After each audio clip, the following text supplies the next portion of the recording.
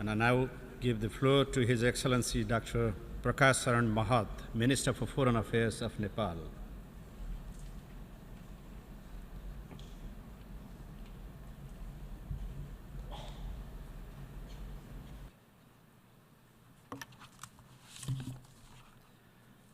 Mr. President, I wish to begin by congratulating you on your election to the presidency of the 71st session of the General Assembly of United Nations. I assure you my delegation's full support in the successful discharge of your important responsibilities. Let me also commend outgoing President, His Excellency Mr. Morgan Likut Toft, for his effective leadership of the previous session. I wish to place on records Nepal's admiration to His Excellency Mr. Ban Ki-moon, Secretary General, for the dedication with which he served the world body for the last 10 years. And we wish him well for the future. Mr. President, exactly 6 decades ago, Nepal first spoke at the 11th session of the General Assembly as a newly admitted member. 60 years down the road, our commitment to the United Nations have become even stronger. Principles of the UN Charter remain at the core of Nepal's foreign policy. As much as the United Nations has contributed to our development endeavors and lately to the peace process, Nepal has significantly contributed to the United Nations in fulfilling its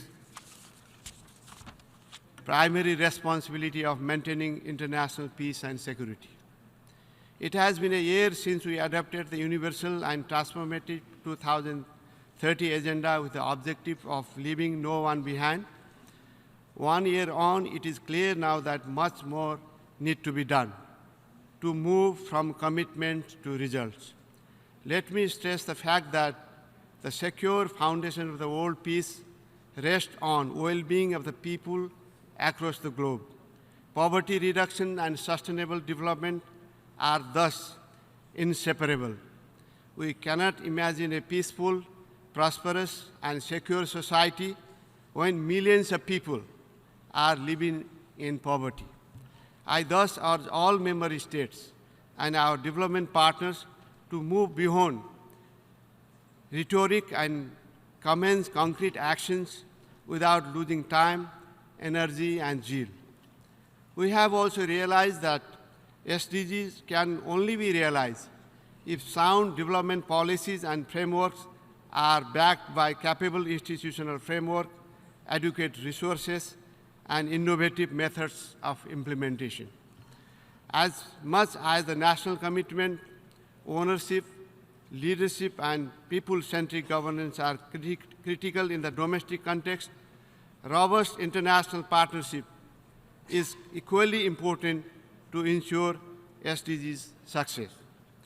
We would thus like to see progress in all pillars of resources: ODA, trade, FDI, technology, and debt relief, to ensure smooth implementation of SDG agenda.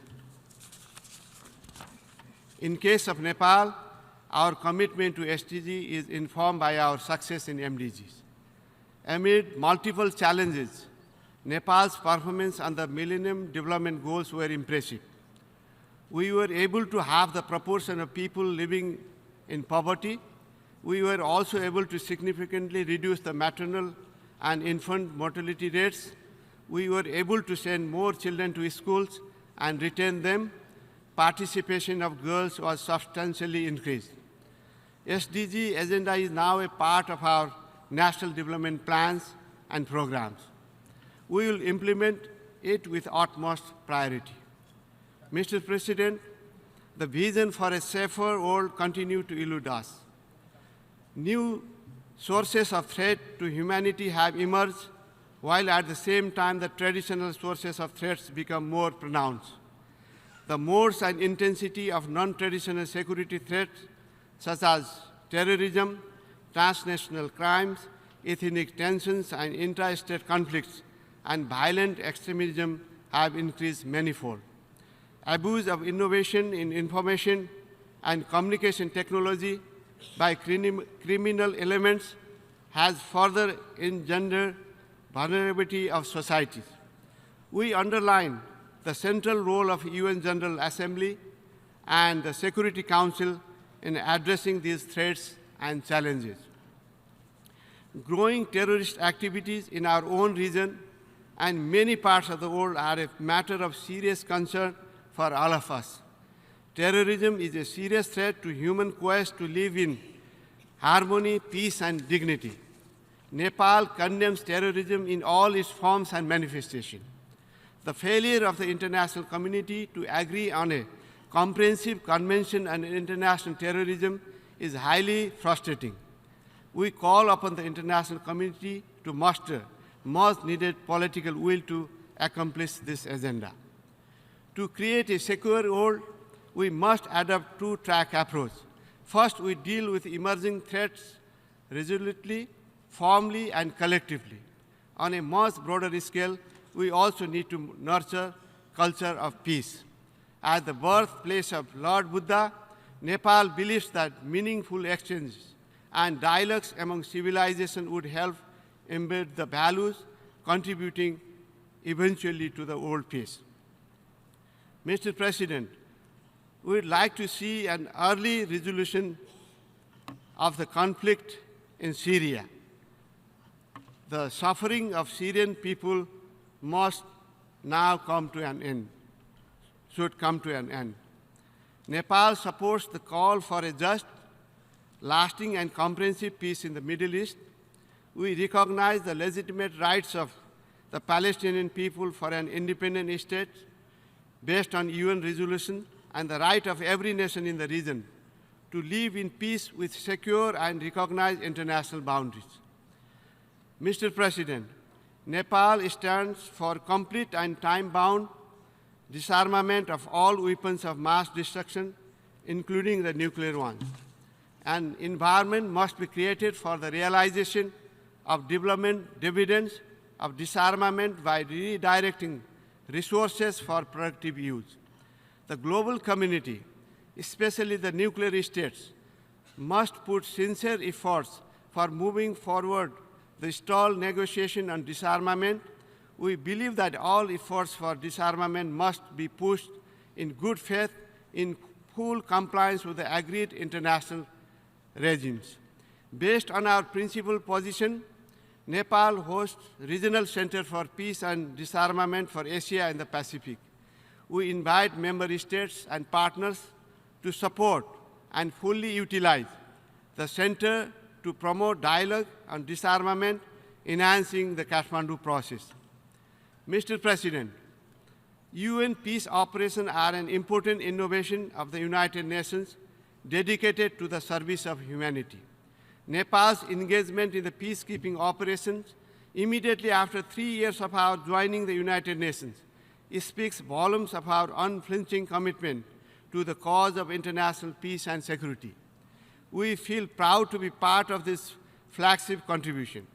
Our troops have served in various challenging peacekeeping missions with high degree of professionalism, commitment, and devotion. This has helped them earn international acclaim. 73 of our fellow countrymen have sacrificed their lives in line of duty to the supreme cause of peace. We remain steadfast in our commitment to fulfill our obligation and are prepared to provide additional troops and civilians to the UN peacekeeping operations. This is because we have a strong conviction that the success of the United Nations largely hinges on the success of the peace operation. However, we also believe that for the peace mission to be successful, there must be unity of purpose in mobilizing entire political capital of the Security Council. Clearly defined mandates and operational modalities, adequate resource backup, safety and security of the personnel, regular consultation and greater collaboration with the troops, contributing countries, and a clear exit strategy. We also believe that peacekeeping alone cannot guarantee durable peace in societies. It should be complemented by proper and clearly defined peace-building strategy led and owned by the people and societies themselves. We'd also like to underline that all troops contributing countries must get fair opportunity to serve in leadership position both in the field and at the headquarters, commensurate with their level and length of contribution. Mr. President, it's a matter of satisfaction that human rights values and norms have now become truly global. Human rights must not be used as a tool to serve hidden political objectives. All human rights, including the right to development, must receive equal priority and be pursued even-handedly. The silent features of non-selectivity, universality, indivisibility, and objectivity must be upheld in all circumstances.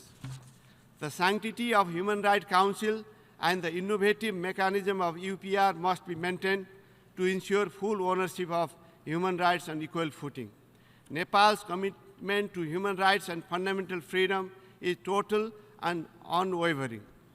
We are party to most of the core international human rights instruments, which have found eloquent expression in Nepal's newly promulgated constitution.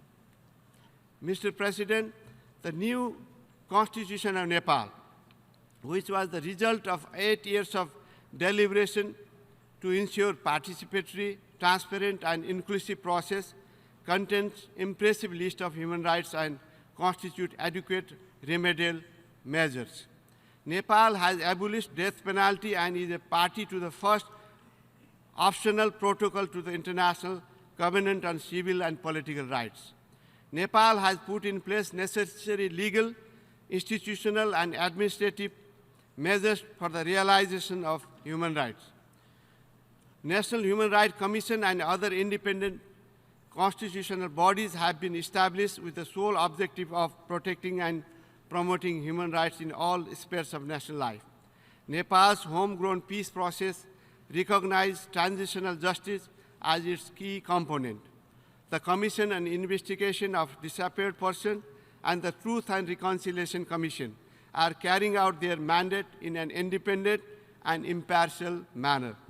The government is committed to take appropriate measures to address issues surrounding transitional justice process in line with our international commitment and the ground realities of establishing sustained peace.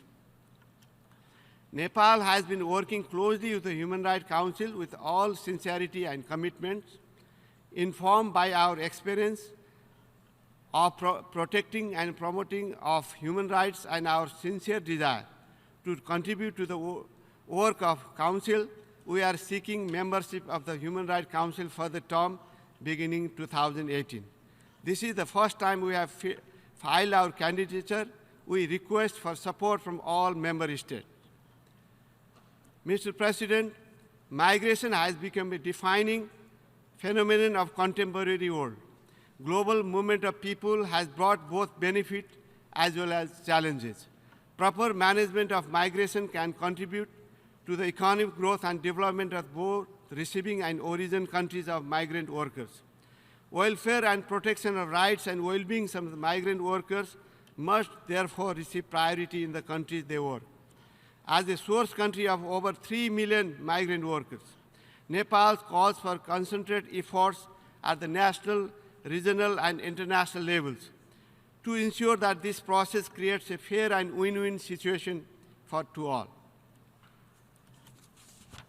Despite not being a party to the 1951 Refugee Convention and its protocol of 1967, Nepal has long been hosting refugees on humanitarian ground.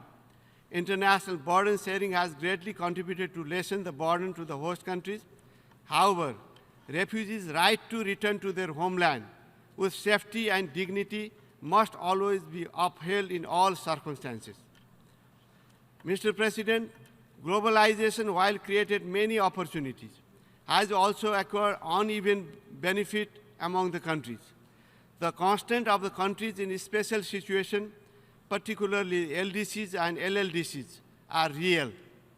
International financial, trading, and monetary system thus must be made responsive to their needs and concerns. Robust implementation of internationally agreed commitments, including those contained in the Istanbul Programme of Action, Vienna Programme of Action, Addis Ababa Action Agenda, and Shanghai Framework are critically important to enable these countries to emerge from the state of poverty and underdevelopment. Delay in the conclusion of Doha round of trade negotiation is a huge setback, denying many development dividends of trade and hampering the implementation of the 2030 agenda. On the climate change, Nepal, as a Himalayan country, is facing challenges from the melting glaciers, flash floods, and outbursts of glacier lakes.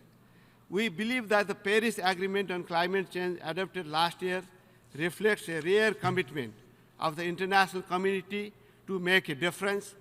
We support its early entry into force.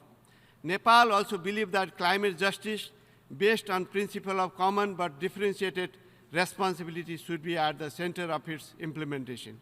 Special attention must be given to the climate vulnerable countries, particularly mountainous countries, in the provisioning of resources and transfer of technology for capacity building and adaptation. Our efforts must recognize intrinsic connection between poverty reduction, sustainable development, and environmental protection. We must acknowledge that UN system has a leading role to play in global governance. An equal emphasis must be laid on all three pillars of the United Nations: development, peace and security, and human rights. Reform in the United Nations must reflect the vastly transformed political reality of the 21st century. Our vision for sustainable peace and just world order cannot be realized without a comprehensive reform in the UN system, including the reform of the Security Council. Nepal strongly believes in more representative, inclusive, and accountable UN. Mr. President, in recent years, Nepal has undergone political transformation of historical proportion. The decade-long armed conflict was finally converted into peace process with the signing of Comprehensive Peace Accord in 2006. Commitment to democratic norms and values was the central thrust of the peace process that finally led to the first ever election to the Constituent Assembly. Management of armed integration of combatants was successfully completed as part of the peace process. With the promulgation of the democratic constitution on 20 September last year, the peace process has basically come to an end. Nepal's homegrown peace process and its success could be a good example for countries transiting from conflict to peace. The promulgation of constitution represents a turning point in Nepal's constitutional and political history. The constitution aims to institutionalize inclusive and democratic polity, pluralism, the rule of law, representative and accountable government, social and economic justice, and universally accepted human rights, among others. Equality is at the core of the Constitution. Equal opportunity and protection is guaranteed to every citizen. Discrimination on any ground is prohibited. The state is obliged to take special measures to protect the most marginalized and underrepresented sections of society and look after their well-being. Our Constitution is not a rigid document. Rather, it is a living and dynamic document and is capable of addressing any remaining or new issues within its framework. The two amendments that were made within months of promulgation amply proves this. Currently, we are engaged in dialogue with concerned political parties in the country to find out an acceptable solution to some of the issues where differences persist. The Constitution guarantees equal participation and incorporates principle of proportional representation of the women, indigenous nationalities, Madhesis, Dalits, and other marginalized groups in elected and other organs of state structure. Nepal has a strong commitment to gender equality and empowerment of women. Women are guaranteed minimum one-third representation in the federal and provincial parliaments and 40% in the local government. I am proud to inform this General Assembly that Nepal's head of state, Chief Justice of the Supreme Court, and Speaker of the Parliament are all human. Mr. President, we have entered a crucial phase of constitution implementation in Nepal. Our ultimate goal is to consolidate peace, stability, and bring about prosperity in the country. Inclusive economic growth and development is important to sustain political gains. The Constitution provides a framework to pursue these objectives. Democratic election at all three tiers of the federal setup will have to be completed within the February 2018. This is a huge task, but we are determined to do it. Accomplishing this would help institutionalize the federal democratic system of governance as promised by the Constitution. Besides the task of completing remaining issue of peace process, reconstruction and rebuilding of the earthquake-ravaged area, and attaining inclusive prosperity and development constitute our top priorities. Mr. President, as we embark on the effective implementation of the Constitution and undertaking of the vital task of socio-economic transformation of Nepal, goodwill, solidarity, and support from the international community becomes all the more important. We are confident that our friends in the international community stand by us in our efforts to consolidate a strong foundation for a peaceful, stable, democratic, and prosperous Nepal. To conclude, Mr. President, United Nations today is confronted with unprecedented challenges. However, unique opportunity also exists and can be seized to transform the world into a peaceful place to live in. We have the capacity, resources, and technology to address the challenges and ensure prosperity and dignity to everyone. But we must muster necessary political will to achieve this. Let's make solemn commitment at this assembly that the world of tomorrow will be different from that of today. We don't want the history of 21st century to be written as a history of conflict, strife, poverty, hunger, and indignation, but a history of prosperity, peace, development, and partnership. I thank you for your attention.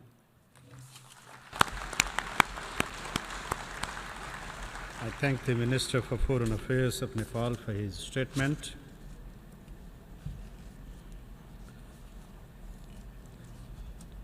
And now